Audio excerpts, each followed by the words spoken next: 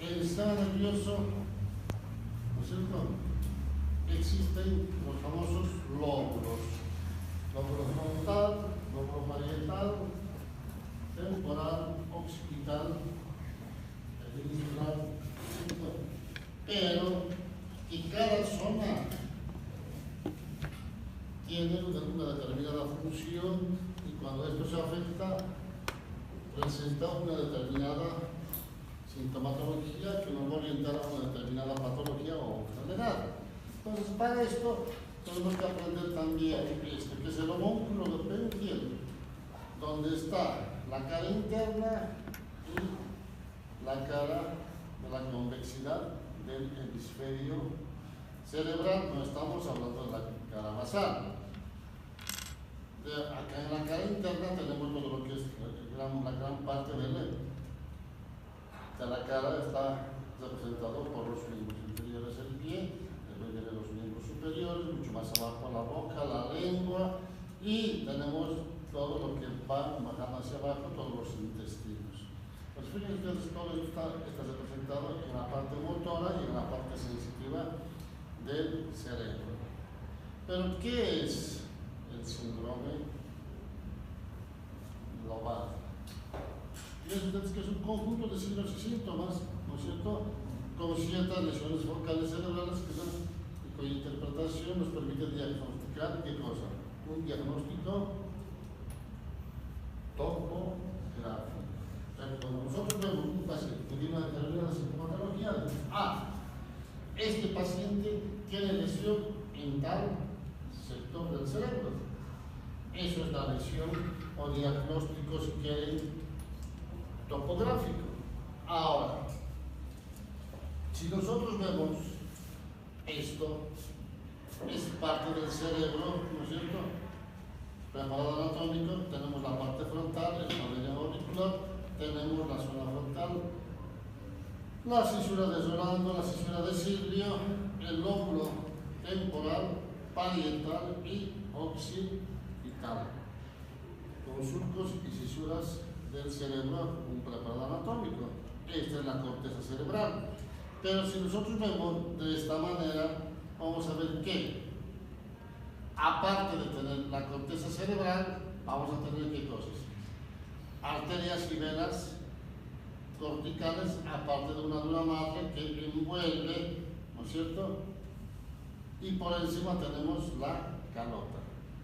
Entonces, si nosotros vemos este corte en zigzag, de ahí para adelante yo sé que es el frontal.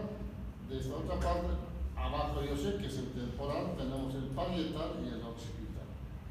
Pues fíjense ustedes que uno tiene que tener en mente todas estas cosas, y esta es la cara basal del cerebro, donde vamos a ver estructuras bastante importantes, como ser el mesencéfalo, que es la parte más superior del cuerpo cerebral.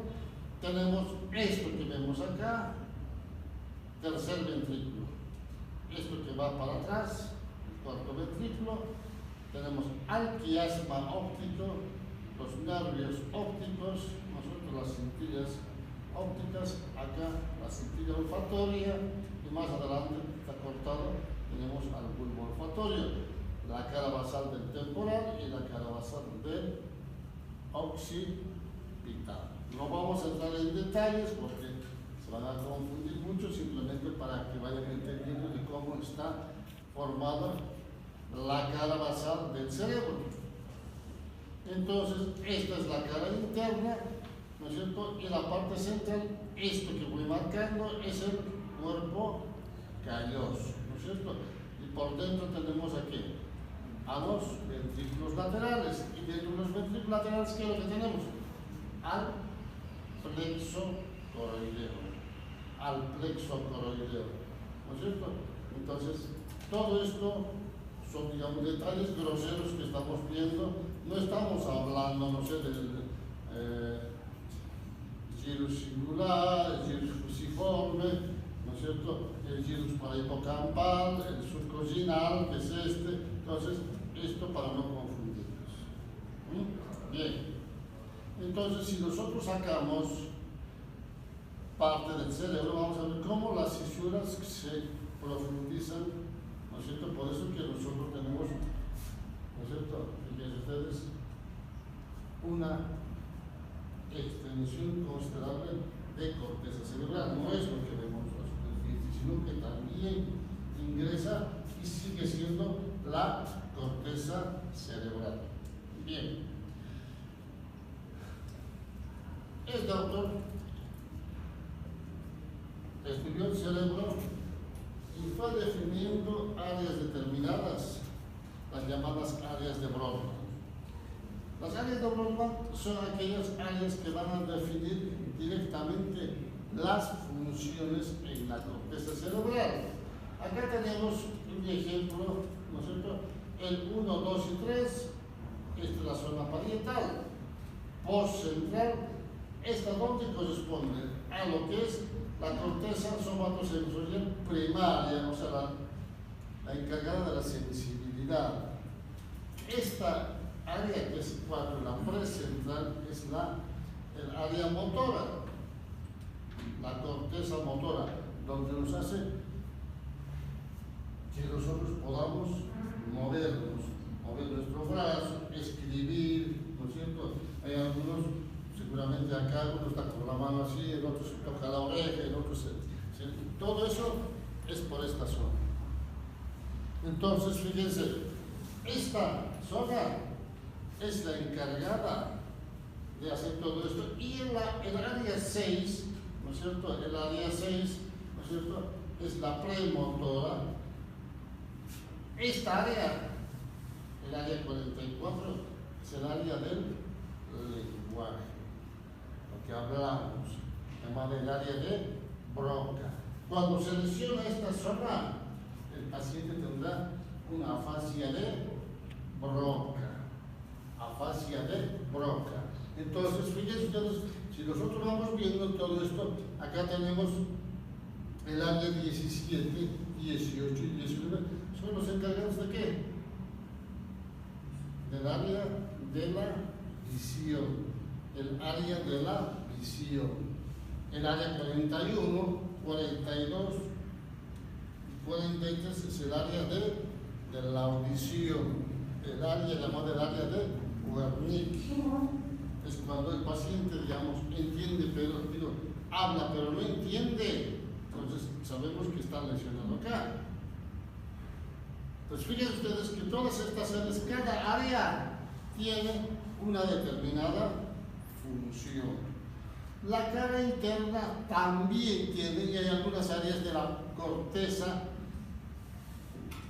periférica o la cara de la convexidad ingresan hacia la cara interna. Tenemos el 1, 2, 3, el 4, el 6, el 8, el 9. Hay algunos que son específicos de la cara interna, así como el 17, 18 y 19 también van hacia la parte interna. Fíjense ustedes que todo esto, o sea, cada área está determinado, está tipificado, está estudiado, ¿no es cierto?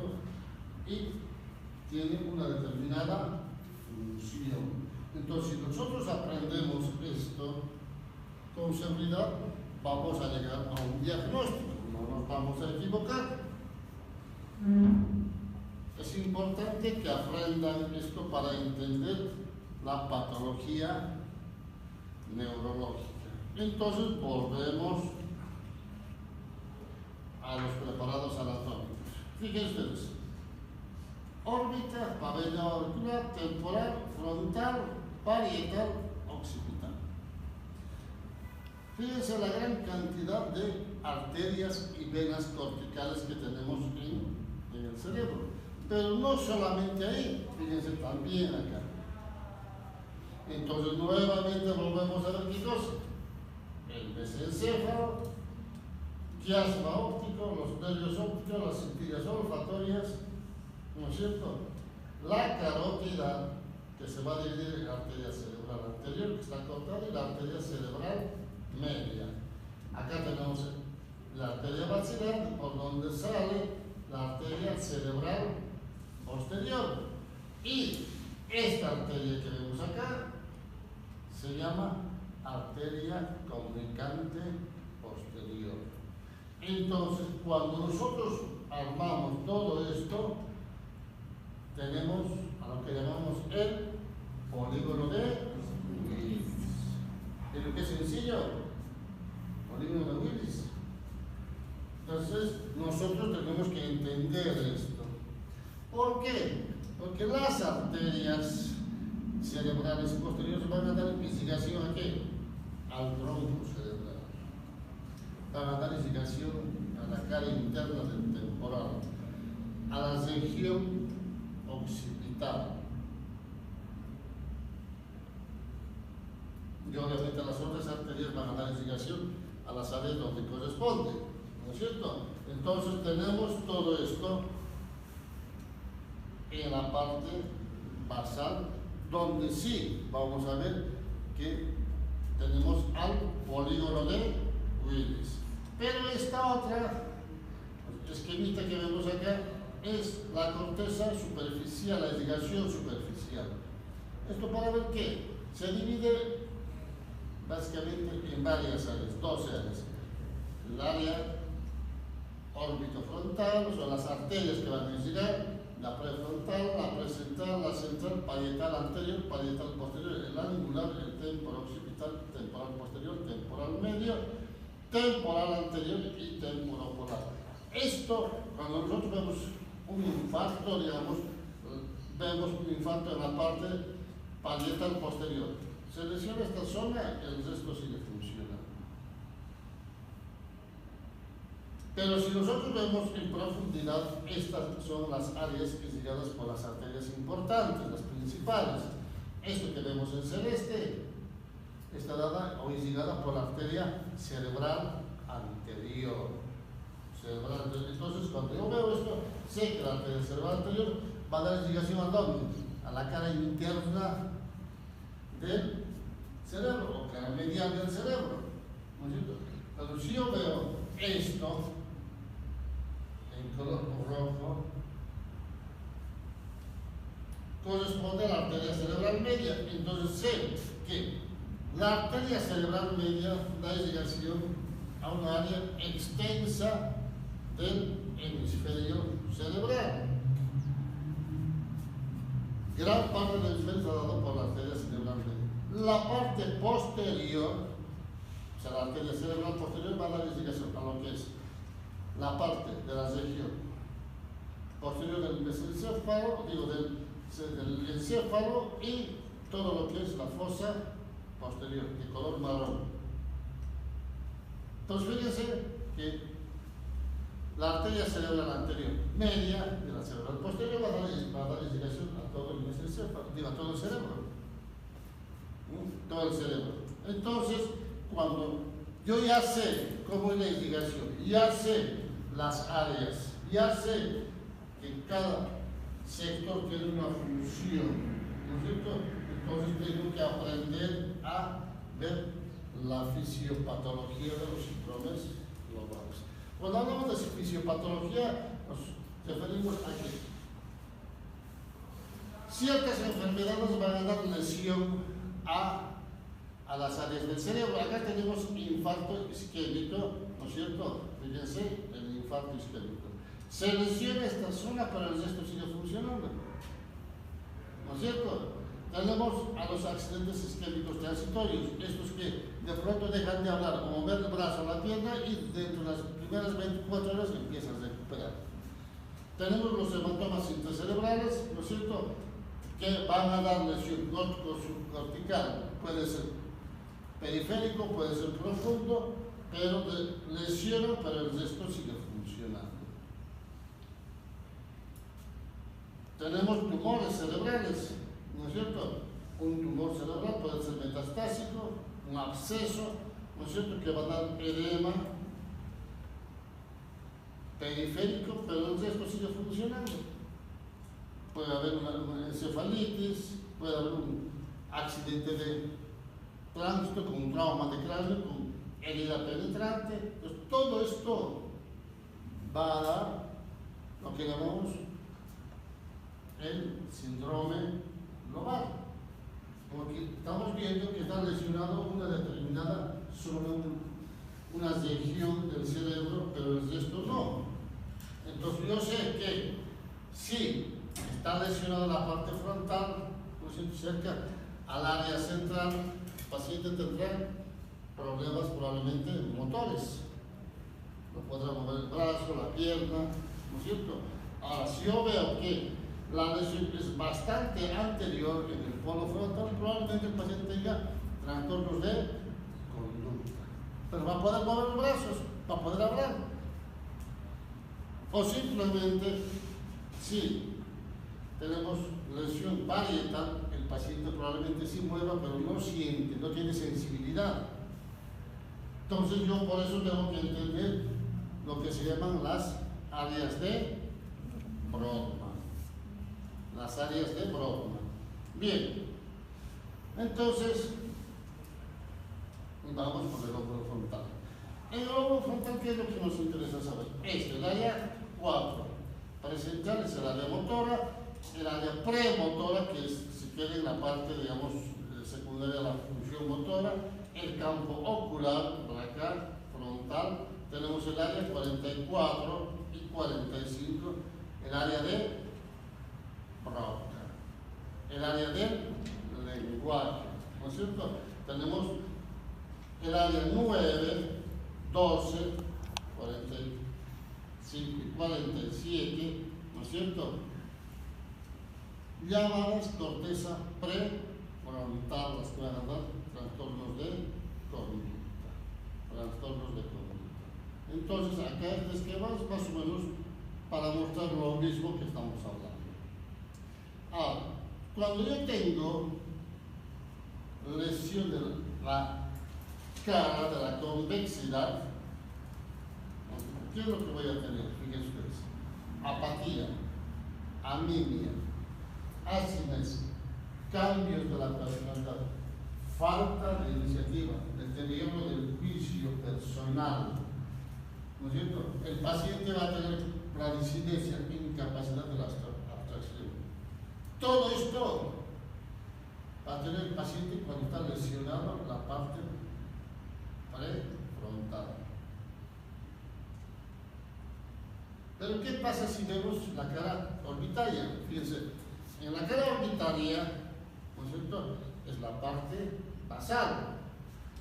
Alteraciones emocionales, irritabilidad, cambios de carácter, impulsividad, pérdida autocrítica, bulimia, alteraciones conductuales, moria y alteraciones sociales. Se ponen agresivos, se ponen a llorar, quieren agredir, ¿no es cierto? No les interesa, salen a medio vestir a la calle, ¿no es cierto? Todo eso porque hay lesión a nivel de la cara basal o cara orbitaria. ¿Qué pasa si tenemos lesión de la cara medial? El paciente tiene pérdida de qué? De memoria, se desorienta, se pierde. Dice que alguna vez en la calle vieron a la señora y está llorando desesperada y no sé dónde vivo, no sé dónde vivo, no sé. Pero en qué calle, no me acuerdo, quién es su familia, no sé quiénes son. Algunos dicen, está loca esta señora. O de pronto cada tanto dice, me olvido, o en la casa, ¿dónde dejaste la llave? No sé, ¿dónde dejaste el dinero? No sé, ¿dónde dejaste? Está loca. No me quiere dar dinero, no me quiere dar, no. Tiene alteración, lesión de la cara medial. O de pronto en la calle dice, en las redes sociales se perdió, un señor de sexo masculino, 78 años de edad, viste ropa tanto, no sabe dónde está, se perdió hace 3 días. Y porque tenía lesión de la cara medial. No es porque estaba loco. Entonces ahora ya saben, cuando el paciente se pierde, ya saben que es la cara medial. Cuando tiene alteraciones, está llora, agrede, se pelea con la familia, todo eso, tiene lesión de la cara orbitaria, ¿no es cierto? O simplemente vemos que el paciente, ¿no es cierto?, le da lo mismo, está apático, cambio de la personalidad, falta de juicio, bradicinesia, vemos que tiene lesión de la cara de la convexidad. Fíjense ustedes que tenemos que entender estas cosas para entender dónde está la lesión. Pero si nosotros vemos la parte motora o premotora, estos pacientes van a dar crisis epilépticas. Ya es la parte más posterior del lóbulo frontal. Entonces vamos a ver las crisis epilépticas parciales, aquellas que son oculogiras, las adversivas giratorias, ¿no es cierto? Y las que son precentrales, o sea, esta zona, van a dar ¿qué cosa? Hemiplejías. ¿Por qué? Porque es la zona donde comanda la función motora, por donde nace la vía piramidal, ¿no es cierto? Entonces el paciente va a tener una hemiplejía, hemiparesia, monoplejía, porque está lesionado alguna zona de la región del área 4D pro, ¿no es cierto? Y si nosotros vemos lesión en la región orbitaria, abajo, aparte del cambio de la personalidad y todo eso, el paciente ¿qué va a tener? Anosmia, homo o bilateral. ¿Por qué?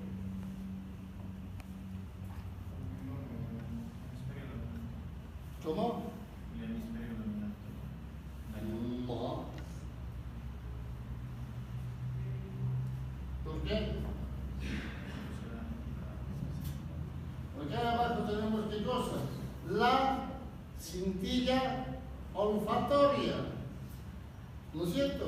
La cintilla olfatoria, si se lesiona por alguna causa, se va a lesionar no solamente la corteza, se lesiona también las otras estructuras, y las otras estructuras son la cintilla olfatoria y el bulbo olfatorio.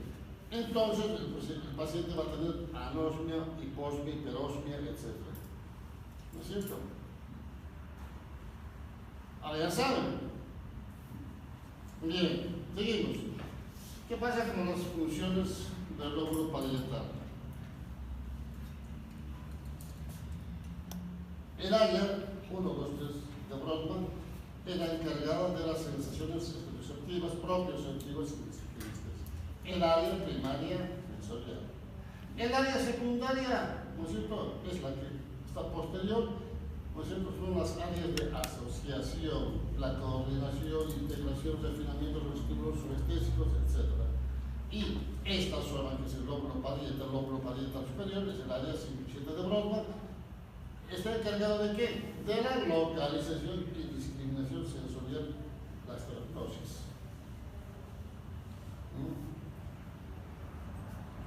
El área terciaria está más abajo, tenemos el área 39 y 40, es la área de asociación terciaria de la parte sensorial. Y tenemos ahí pegadito lo que se llama gnosis, reconocimiento táctil, visual y auditivo. Es cuando cerramos los ojos, cierro los ojos y le damos al computer, ¿qué es? Es un bolígrafo, ¿no? Es una llave. La selección de música, melodía, ¿qué es? No sé, ¿qué música actual? No sé, pero ¿qué música actual conocen ustedes? No conocen nada ustedes. ¿Quién canta la morocha? ¿Qué ritmo es? ¿Cómo lo van a saber? ¿Cómo? Es un cuarteto, ¿no es cierto? Entonces, ese tipo de cosas uno va reconociendo porque, ¿no es cierto?, ya escuchó previamente, ¿no es cierto? Lo mismo que, ¿no es cierto?, la parte visual, mostramos algo que es un cuadro y empiezan a describir, ¿no es cierto? Una praxis es el almacenamiento pragmático, ¿no es cierto?, visual, kinestésico, motor, ¿no es cierto?, y la secuencia de movimientos. Nos ayuda a movernos, entender. Entonces, fíjense, todo esto está en el lóbulo parietal.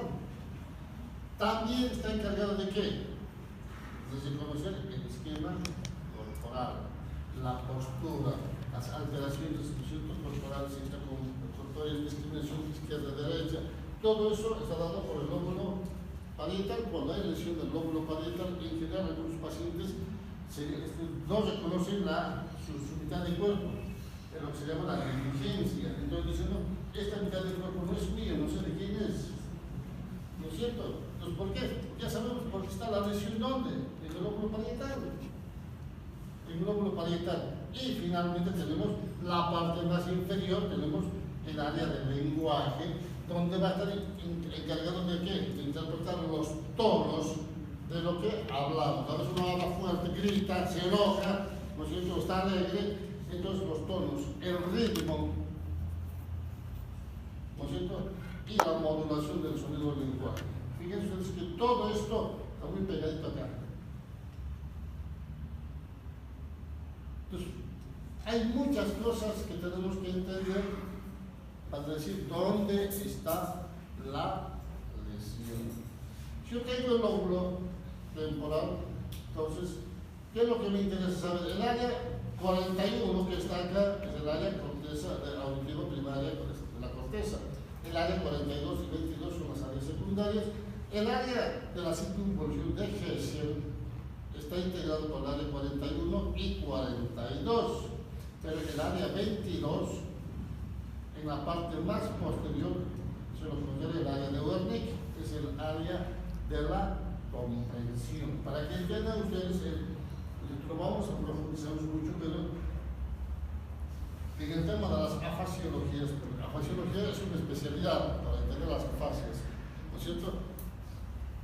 Lo que yo hablo a ustedes ingresa como sonido, como cualquier sonido, pero en esta área se encarga de darle una interpretación.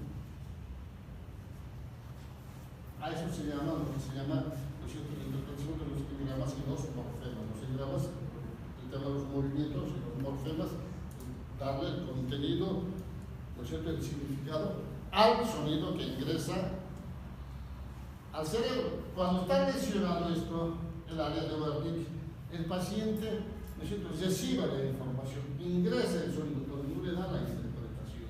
Por eso es que no entiende, habla cualquier cosa. Le preguntan, si usted dónde vive, sí, estaba con mi tía. Piensa o interpreta de otra manera, pero habla, pero no le da la interpretación adecuada. ¿Por qué? Porque esta área está lesionada. Entonces, fíjense ustedes, tenemos que entender estas cosas, ¿no es cierto?, para interpretar lo que tiene nuestro paciente. Obviamente esta parte es llegada por la arteria cerebral media y la cerebral posterior. El lóbulo temporal, cuando a veces vemos este tipo de lesiones, ¿no es cierto?, tumores gigantes agresivos. Entonces, clínicamente, ¿qué nos va a dar? Trastornos visuales, ¿no es cierto?, hemianopsias. ¿Por qué? Porque la vía óptica va desde acá hasta la parte posterior. Y las cuadrantopsias superior homónimo por lesiones que de la porción, ¿no es cierto?, ventral de las radiaciones ópticas, las radiaciones que van a ser acá. Hay la profundidad del lóbulo temporal. ¿Va a haber trastornos auditivos? Sí, porque está ahí el área de la audición, ¿no es cierto?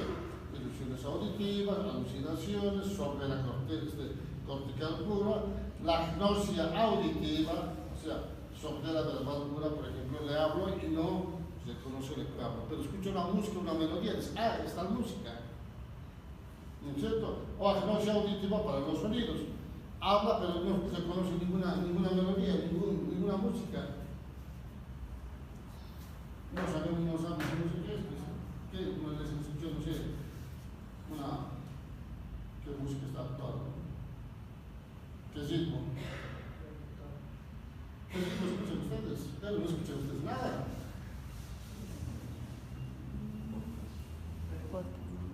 ¿Qué ritmo escuchan? ¿Qué ritmo está actuando? El reggaetón. ¿Ven? ¿Les has escuchado reggaetón? No sé qué es.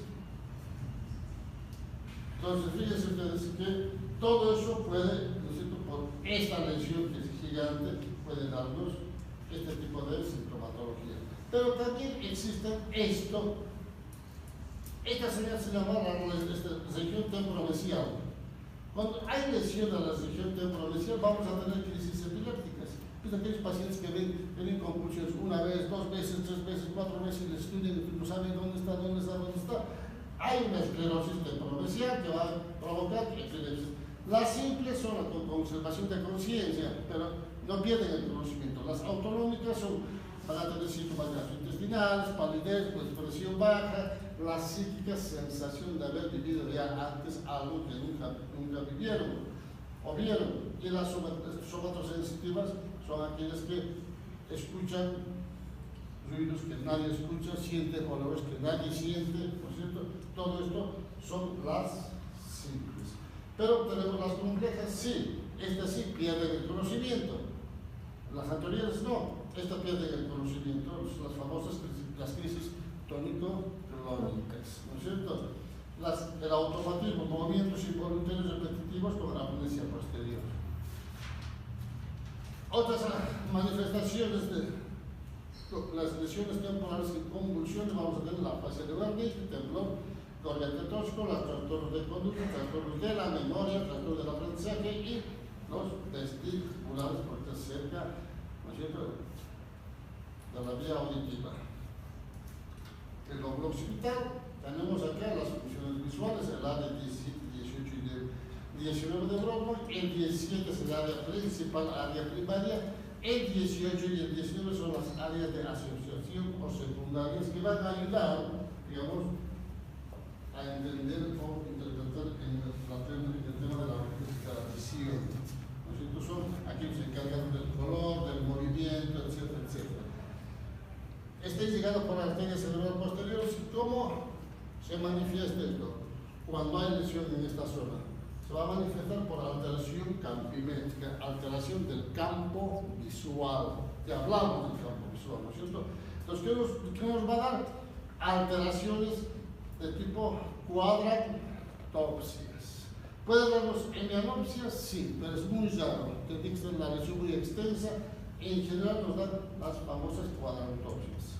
Ahora, yo tengo esta lesión en el lóbulo occipital. Va a haber alteraciones visuales simples, ¿no es cierto? Como cuáles? Las fotopsias, los fosferos, los circulitos, los puntitos, líneas.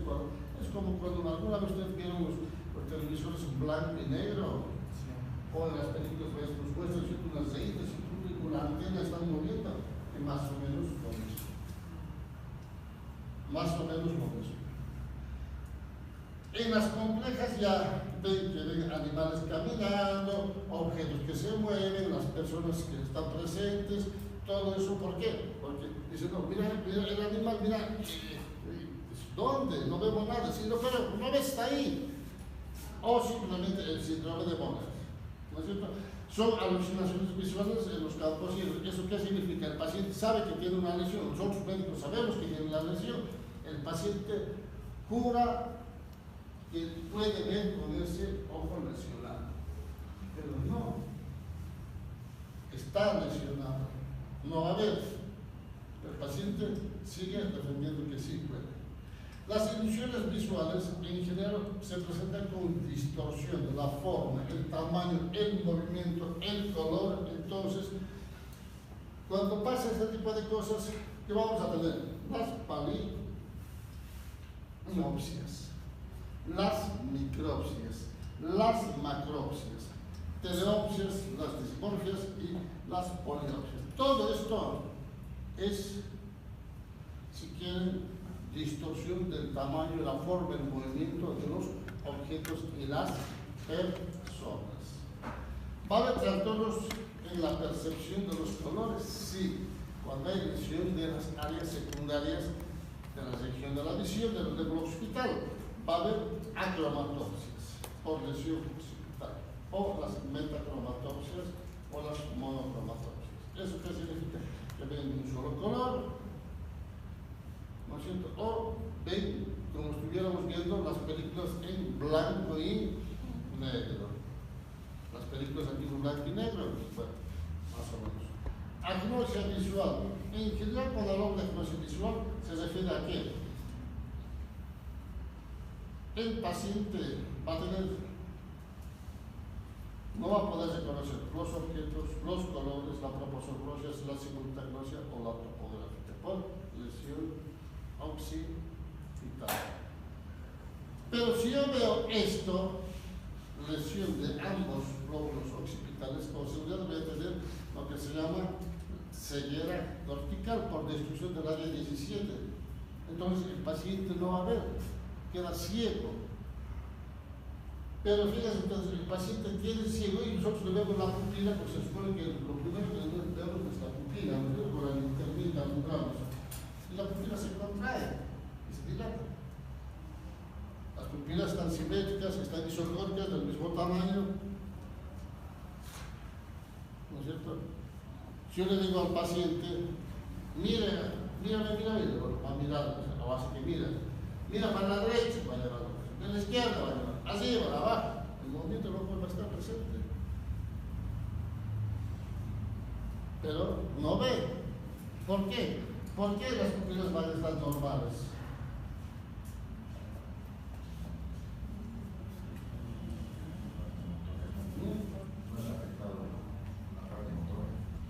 ¿Qué parte motora?